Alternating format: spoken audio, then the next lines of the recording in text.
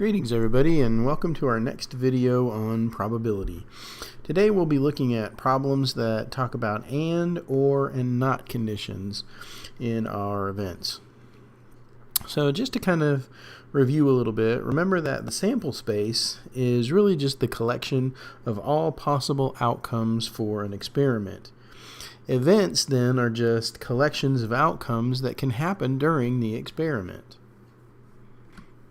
So just as an example, suppose that we've got this 3x3 checkerboard and we've got that divided up into 3x3 squares. And for those 3x3 squares, we've got them numbered 1, 2, 3, 4, 5, 6, 7, 8, 9. And we have 3 of those squares shaded. So 7 is shaded, 6 is shaded, and 2 is shaded. Now the idea is that we throw a marker on this checkerboard. And we can let A be the event that the marker lands on a shaded square. B be the event that the marker lands on an even number. So we've got the probability of A being 3 out of 9, and we've got the probability of B being 4 out of 9. And so we can ask questions like, well, what about the event where A and B happen? So the event where we land on a shaded square and that shaded square also happens to have an even number. What about that probability? Or what about the probability where we either land on an even number or we land on a shaded square? And then kind of the last one, well, what about the event where A doesn't happen? So what about the event where we don't land on a shaded square? How are these kind of probabilities, or how can we determine these probabilities? And probably an even more important question that we can ask that's going to be related to this is, well, how are the probabilities of A and B actually related to the probabilities of A and B happening? Or the probability of A or B happening? Or the probability of A not happening? So kind of the best way to understand the relationship between all of these things is using something called a Venn diagram. Now, a Venn diagram is something where we use circles to demonstrate all the possibilities for events happening. Now, in things that are inside circles, we say actually have happened. Things that are outside the circles, we say that those events haven't happened. And the circles themselves kind of let us see an overall picture of everything. So here we've got an example of a Venn diagram. So we kind of put this big square around the outside, and that big square around the outside is really symbolizing our sample space. So everything inside the square or rectangle is everything that can possibly happen in our experiment.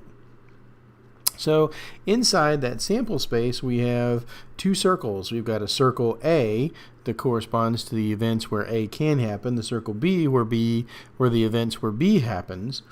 And one thing that we see here is those 2 circles happen to overlap. Now, if we kind of look at each one of those regions separately, there's a region to the left of where those overlap that's contained in A. Those are really all of the events where A happens but B doesn't happen, because we're inside circle A but we're outside circle B. So A happens but B doesn't.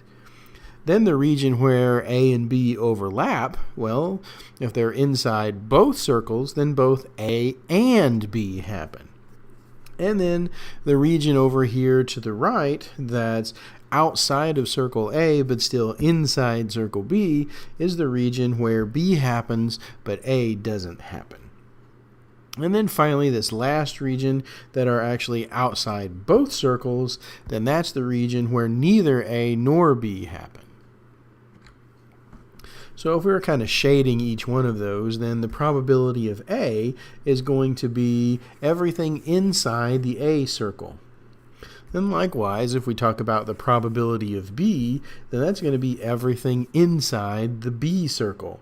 And so when we talk about just adding together the probability of A plus the probability of B, well, we're just taking everything that we've shaded and we're putting it together. Now, in doing that, there's one thing that we notice. And the thing that we really notice is that this region where the circles happen to overlap, we have actually shaded that twice. So we've counted all of those events 2 times. Once when we counted all of the stuff in A, and once where we counted all the stuff in B. And so we've marked the overlap for A and B twice. So then what we want to do then is if we subtract where the circles overlap, so where A and B both happen, then we have actually counted all of the possibilities where either A happens or B happens, and we've only counted them 1 time. We haven't double counted anything.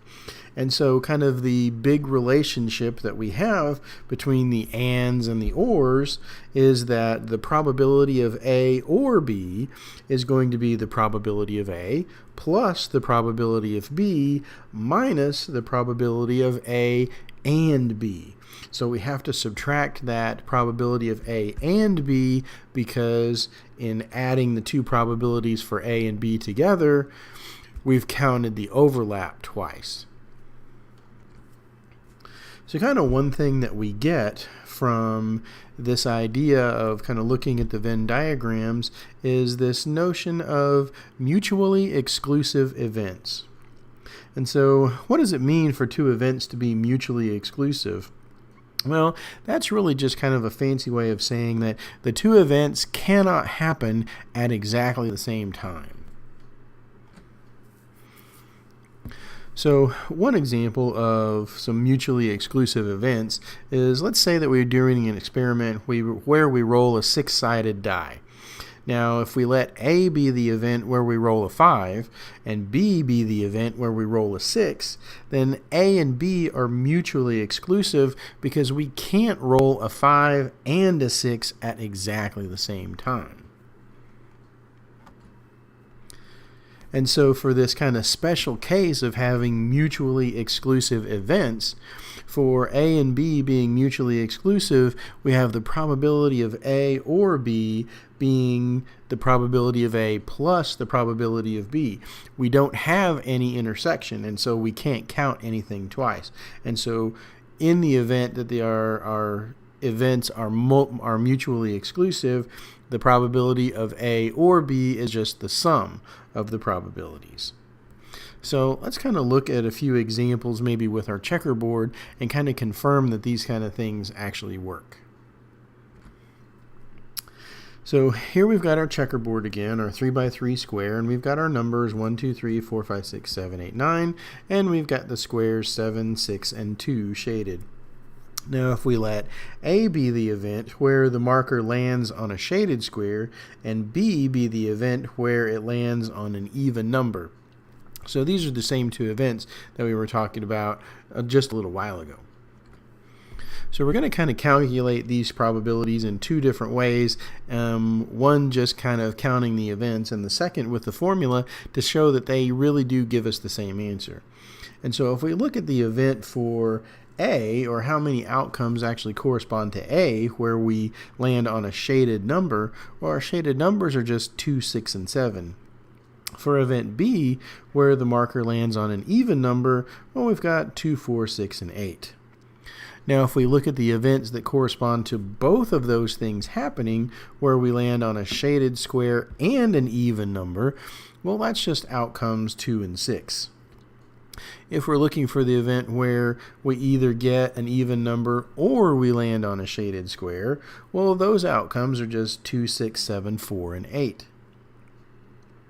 And so if we kind of look at our probabilities now, our probability of A or B, according to our formula, is going to be the probability of A plus the probability of B minus the probability of A and B. Well, for our probability of A or B, there's 1, 2, 3, 4, 5 different outcomes, so that's 5 over 9. Our probability of A is 3 over 9. Probability of B is going to be 4 over 9. And the probability of our intersection is going to be, of A and B, is going to be 2 over 9. And sure enough, if we have 3 ninths plus 4 ninths, that's 7 ninths. 7 ninths minus 2 ninths gives us 5 ninths. And our formula actually does work. Well, now let's pick a couple of different events. So if we let C be the event that the number is greater than 6, and if we let D be the event that the marker lands on a number that's less than 4, well, being greater than 6 and being less than 4, those can't happen at the same time. So C and D are actually mutually exclusive events. If we write down the outcomes for each one of those, well, for C that were greater than 6, our only possibilities are going to be 7, 8, and 9. For D, the only possibilities are just going to be 1, 2, and 3. And so our formula for mutually exclusive events is just going to be that the probability of C or D is going to be the probability of C plus the probability of D. Well, the probability of C or D is just going to be the 1, 2, 3, 7, 8, 9. And so that gives us 6 out of 9 possibilities. Probability of C, 3 over 9. Probability of D, 3 over 9. And 3 over 9 plus 3 over 9 gives us 6 over 9. And our formula works. So another concept that we have is that of complementary events. And so we say that one event B is going to be the complement of an event A if B is the set of all outcomes which are not in A.